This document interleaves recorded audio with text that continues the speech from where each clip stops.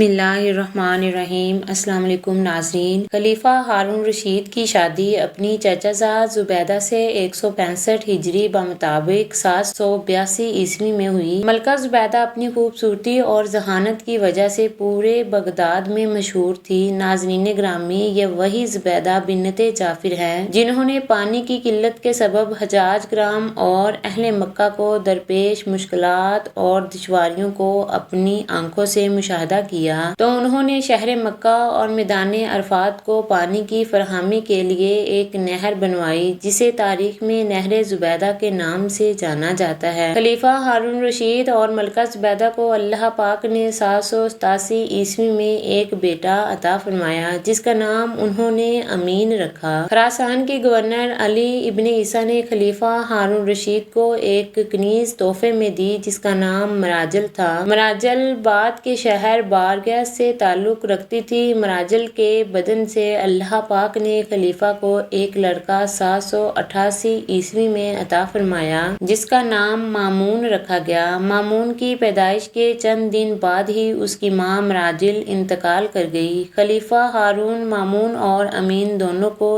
ایک ہی مدرسہ میں تعلیم و تربیت کے لیے بھیج دیا۔ کچھ سالوں بعد خلیفہ اپنے خاص وزیروں کو لے کر اپنے بچوں کے مدرسے کی طرف ان سے ملنے کے لیے گیا۔ راستے میں خلیفہ کو حضرت بہلول دانا رحمۃ اللہ علیہ مل گئے۔ وزیروں نے زبردستی ان کو اپنے ساتھ ملا لیا اور اونٹ پر سوار کر لیا۔ چنانچہ حضرت بہلول خلیفہ کے ساتھ ان کے بیٹے امین اور مامون کے مکتب پہنچ گئے۔ مکتب پہنچ کر خلیفہ نے استاد سے اپنے بچوں کی تعلیم، تربیت اور ذہانت کے بارے میں دریافت کیا تو بچوں کے استاد محترم کہنے لگے، عالی جاں، آپ کا بیٹا امین عورتوں کے سردار ملکہ زبیدہ جیسی ہوشیار اور عقل مند خاتون کا بیٹا ہے، لیکن وہ کند ذہن ہے، اسے کچھ بھی جلد سمجھ نہیں آتا، جبکہ مامون جو کہ ایک کنیز میں آپ کا بیٹا ہے وہ بہت ذہین اور دانشمند باوقار ہے۔ خلیفہ کہنے لگا، حیرت ہے، دونوں میرے ہی بیٹے ہیں لیکن دونوں کی ذہنیت میں اتنا فرق کیسے ہو سکتا ہے؟ تمہیں بغیر ثبوت کے اتنی بڑی بات کیسے کر سکتے ہو؟ خلیفہ نے غصے کا اظہار کیا تو بچوں کے استاد کہنے لگے، جناب عالی، دونوں بچے تفریح کے لیے باہر گئے ہوئے ہیں، میں دونوں کے بیٹھنے کی جگہ ایک کاغذ چھپا کر رکھ دیتا ہوں، جب دونوں آئیں تو آپ خود ملاحظہ فرما لیجیے گا۔ کچھ دیر بعد بچے مکتب میں داخل ہوئے اور اپنے والد کو دیکھ کر بے حد خوش ہوئے اور اپنے والد محترم سے گلے ملنے کے بعد دونوں بچوں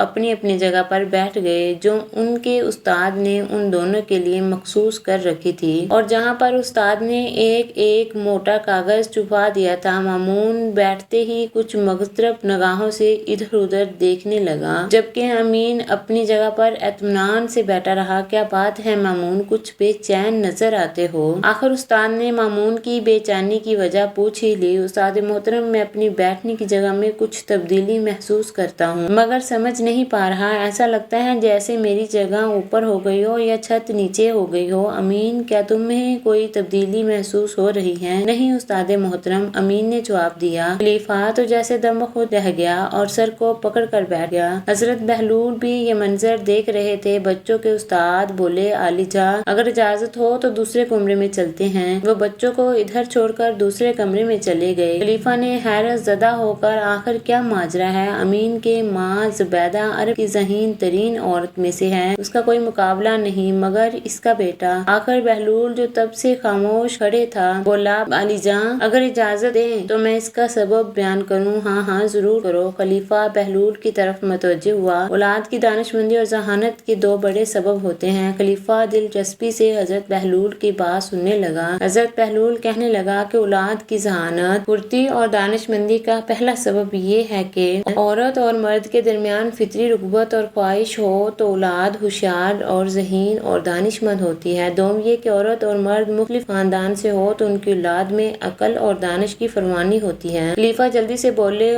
اور اس کی کوئی دلیل ہے تو وہ بیان کرو۔ بنا دلیل کے میں یہ کیسے مان لوں؟ خلیفہ نے بہلول سے وضاحت طلب کی۔ اس کی مثال درختوں اور جانوروں میں نظر آتی ہے۔ حضرت بہلول نے وضاحت بیان کرنا شروع کی، اگر پھل کے درخت میں کسی دوسرے پھل کے درخت کا پیوند لگا دیا جائے تو نہایت لذیذ اور عمدہ پھل پیدا ہوتے ہیں۔ اسی طرح گھوڑے اور گدھے کے ملاپ سے کھچر پیدا ہوتا ہے جس کی ہوشیاری، پھرتی اور طاقت کا جواب نہیں۔ اب عالی جاں، ہم سمجھ سکتے ہیں کہ امین میں جو ذہانت کی کمی محسوس ہوتی ہے اس کی وجہ اس کی والدہ اور آپ کی رشتہ داری ہے، جبکہ مامون کی ماں دوسرے قبیلے سے تعلق رکھتی تھی۔ خون کے لحاظ سے آپ میں اور اس میں جو فرق ہے وہی مامون کی ذہانت اور دانش مندی کا سبب ہے۔ خلیفہ نے جب یہ ساری تفصیل ایک ایسے شخص سے سنی جسے سارے شہر کے لوگ دیوانہ کہتے تھے تو حیران رہ گیا۔ بچے کے استاد بھی حضرت بہلول کی دانائی کی تعریفیں کرنے لگے۔